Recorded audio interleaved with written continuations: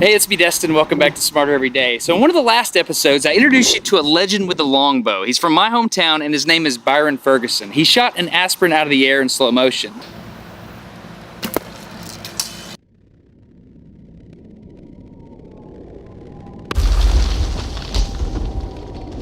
But there's something that happened in the arrow I didn't understand. It was deflecting, and this has something to do with what's called the archer's paradox. What do you think, Byron? Archer's paradox is the demon for all archers, but there are ways to work around it.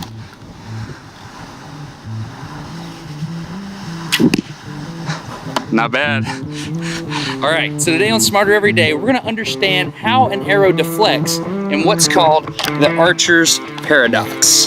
A paradox is a situation involving two things with a contradictory nature. So what is the archer's paradox? What are the two things that an archer has to deconflict? My friend John explained it to me like this. Let's pretend that this pecan tree is the bow and this is the line of our bowstring. If we take an arrow and we put it into our bow and we draw the bow back and we're trying to hit that target over there, watch what happens. As we release the bowstring and it travels closer to the bow, look at that. The fact that the bow is sitting here in our way between us and the target causes the arrow to point off in a different direction. So how can we possibly hit that target when our arrow is pointed over there? This is the archer's paradox because we know they actually do hit targets like that. Toy designers are cheaters. They don't deal with the paradox, they just get around it. For example, the guy who designed this suction cup bow, he doesn't go around the handle, straight through the middle. Check that out. Whoever designed this crossbow, instead of being in line with the bow itself, the string is offset by this big rail. That way the string is always pushing along the dart. So how does a longbow shooter get around this problem? Here's how. They don't have a completely rigid arrow like that. They have a bendable arrow like this. See, when it vibrates, you can see these nodal points? That's important. Check this out. As we put this real arrow into the bow here and we shoot, as we go towards the bow, the fact that we're accelerating this arrow causes it to build up strain energy, causing this big curvature. That curvature then snaps back in the other direction once it bends to a certain point, and look what we have. We have the arrow bending around the bow. When we release, it does something cool. It snakes around the bow just like this, and you're able to fly all the way to the target. So the archer's paradox is the fact that you have a bow in between you and the target, and you're still able to get around the bow. The first thing that happens is the arrow bends from the pressure of the string and the front of the arrow being against the riser of the bow. As it leaves the bow, and it's already clear of the bow, it bends in the opposite direction. Where those two cross determines where the arrow will fly. 100% of the time, the arrow will fly to where these 2 points are crossed, or pointed.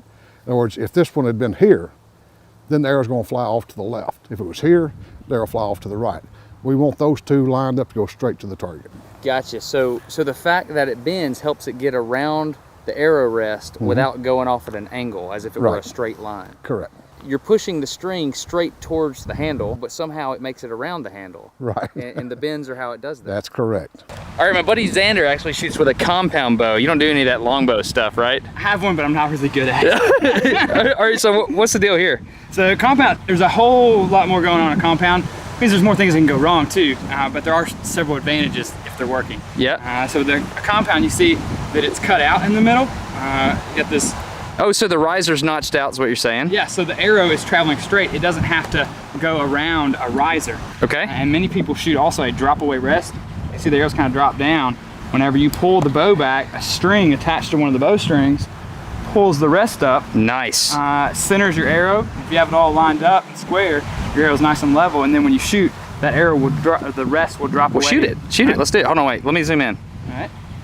Hold on. So I'm looking at that rest. It's going to fall away, right? That's real fast. Okay, I'm ready.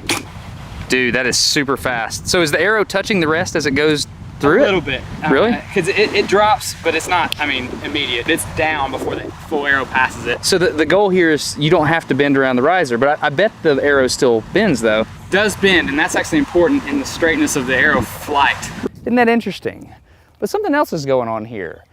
Byron Ferguson is able to predict the wobbling of that arrow so good that he's able to hit an aspirin tablet with a vibrating arrow just like that. So one of two things is going on. Either A, he knows some science that we don't, or B, He's a warlock, and this is all black magic. Okay, the stiffness of an arrow is called the spine, right? And so the spine is what, Byron? The stiffness of the arrow. All right, so this is your spine tester? This is the spine tester. It's set up right now to test the deflection of a carbon arrow. Okay. So we're actually have a 2-pound weight, and the arrow suspended at 26 inches.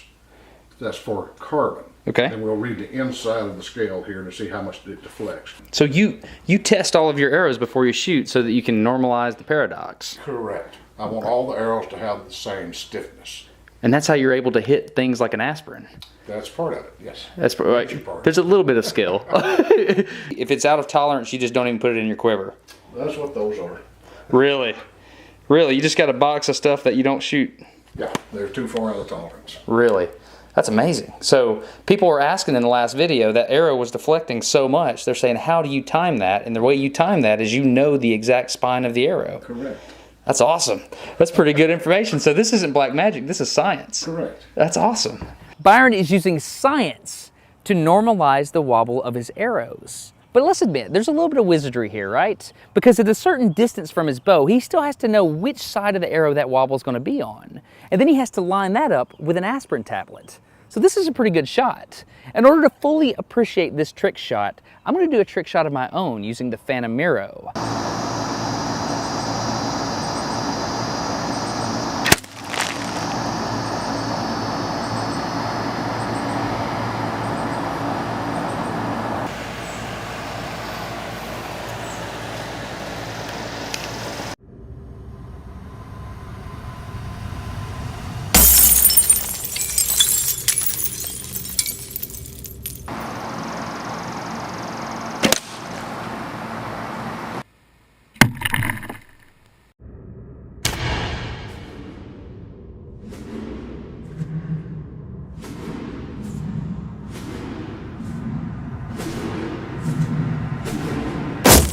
I hope you enjoyed this episode of Smarter Every Day. It was sponsored by Harry's.com. Harry's makes subscription razors that are really high quality. They end up being about the same price as the old razors I used to use. So I have no need for my old razors, so Byron's gonna help me get rid of it. If you're interested in getting a Harry's razor, I actually shaved with one today.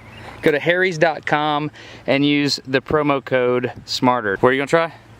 We're gonna try to hit it down in here, around the neck part. Get rid of it that way? Cut its head off. Excellent. All right, I'm gonna film this with the Phantom V711. I hope you hit it. This will be awesome.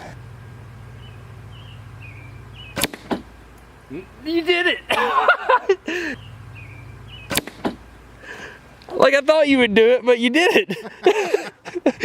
That was the first shot, Byron. I got lucky. Whatever, man.